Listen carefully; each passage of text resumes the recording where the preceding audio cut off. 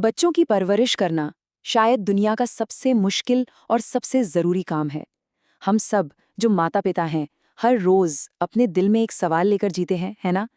क्या हम अपने बच्चे को एक ऐसी दुनिया के लिए तैयार कर पा रहे हैं, जहाँ वो सिर्फ गुज़ारा न करे, बल्कि अपनी ज़िंदगी को खुलकर जी सके? यही वो सवाल है, ये वो डर है जिसके बारे में हम शायद ही कभी किसी से बात करते हैं, पर महसूस हर पल करते हैं।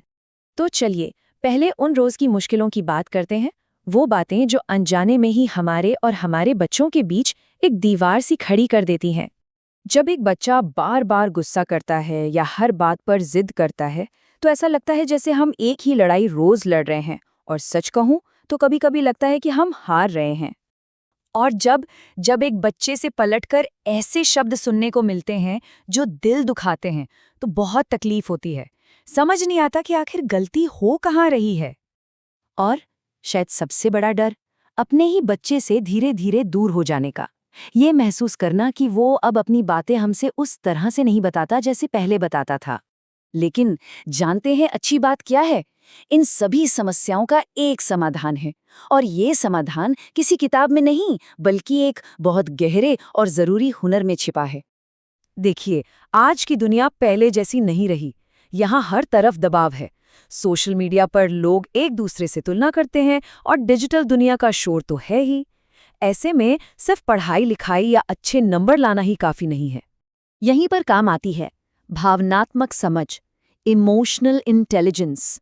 मतलब अपनी भावनाओं को समझना, उन्हें काबू में रखना और दूसरों की भावनाओं को महसूस करके उनसे जुड़ पाना। ये वो हुनर है जो एक बच्चे को न सिर्फ कामयाब बल्कि खुश और मजबूत इंसान बनाता है। और ये बात गांठ बांधने वाली है। ये कोई एक दिन का लेक्चर नहीं है। इसे तो रोज की छोटी छोटी आदतों से धीरे धीरे प्यार से गढ़ा जाता है। तो इसकी नींव, पहला कदम है जागरूकता। अपने बच्चे को ये सिखाना कि वो जो महसूस कर रहे हैं वो क्या है, उसे पहचाने और उसे एक नाम दे। और इसके लिए ये 4 आदतें रोजाना की जिंदगी में शामिल की जा सकती हैं। सुबह उठते ही पूछना, आज कैसा महसूस हो रहा है? खुद अपनी भावनाएं उनके सामने जाहिर करना। जब वो परेशान हो तो उनकी भावना को नाम देना, और रात को सोने से पहले दिन की अच्छी बुरी बातों पर थोड़ी देर चर्चा करना। पता है, बच्चे वो नहीं सीखते जो हम कहते हैं, वो सीखते हैं जो हम करते हैं। जब हम खुद गुस्से या तनाव में अपनी भावनाओं को सही तरीके से संभालते हैं, तो वो भी वही सीखते हैं। हम ही तो उनके लिए सबसे पहली और सबसे महत्वपूर्ण मिसाल हैं। अच्छा, जब बच्चा अपनी भावनाओं को पहचानने लगता है तो अगला कदम आता है नियंत्रण।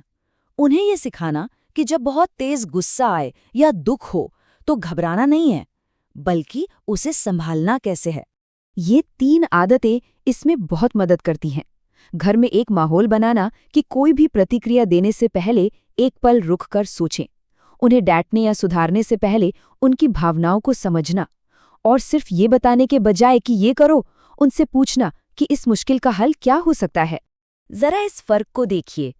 जब हम कहते हैं रोना बंद करो, तो बच्चा अकेला महसूस करता है। उसे लगता है कि उसकी भावना गलत है। लेकिन जब हम कहते हैं हाँ, मैं समझ सकता हूं कि तुम्हें बुरा लग रहा है, तो उससे हिम्मत मिलती है। वो महसूस करता है कि कोई है जो उसे समझता है।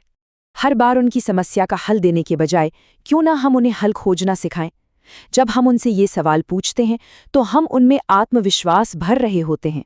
हम उन्हें सिखा रहे होते हैं कि वो अपनी मुश्किलों का सामना खुद कर सकते हैं। और इस पूरी इमारत का तीसरा और सबसे मजबूत स्तंभ है जुड़ाव। दूसरों के साथ जुड़ने की कला, यानी सहानुभूति और मजबूत रिश्ते बनाने की काबिलियत। ये छोटी छोटी आदतें बच्चे में दूसरों के लिए हमदर्दी जगाती हैं। जैसे कहानियां सुनाते हुए किरदारों की भावनाओं के बारे में बात करना, रोज रात को सोने से पहले पूछना कि आज वो किस चीज के लिए शुक्रगुजार हैं, और सबसे जरूरी, स्क्रीन टाइम कम करके असली दुनिया में जुड़ाव को बढ़ाना। ये बात हमें हमेशा याद रखनी होगी। स्क्रीन पर घंटों बिताने से भावनात्मक समझ नहीं बढ़ती। वो तो तब बढ़ती है जब हम आमने सामने बैठकर बात करते हैं, साथ में हंसते हैं और एक दूसरे को अपना समय देते हैं।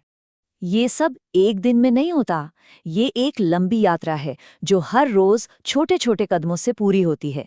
लेकिन यकीन मानिए, इस यात्रा का जो इनाम है वो बहुत बड़ा और हमेशा के लिए है। जब इन आदतों को रोज दोहराया जाता है तो हम एक ऐसा बच्चा तैयार करते हैं जो मुश्किलों से घबराता नहीं है। एक ऐसा बच्चा जो खुद को अच्छी तरह समझता है, जो दूसरों के साथ गहरे और सच्चे रिश्ते बना पाता है, और जो सिर्फ भीड़ के पीछे नहीं चलता बल्कि सही रास्ते पर आगे बढ़ता है। तो हमारा लक्ष्य परफेक्ट होना नहीं है, बल्कि लगातार कोशिश करते रहना है। यही सबसे जरूरी संदेश है। हर दिन किया गया एक छोटा सा प्रयास ही आगे चलकर बहुत बड़ा बदलाव लाता है। हर सुबह, हर बातचीत, बच्चे के हर आंसू पर हमारी हर प्रतिक्रिया, ये सब एक चुनाव है। और यही छोटे छोटे चुनाव मिलकर हमारे बच्चे के भावनात्मक भविष्य की नींव रखते हैं। एक ऐसा भविष्य जो मजबूत हो, लचीला हो और उम्मीदों से भरा हो।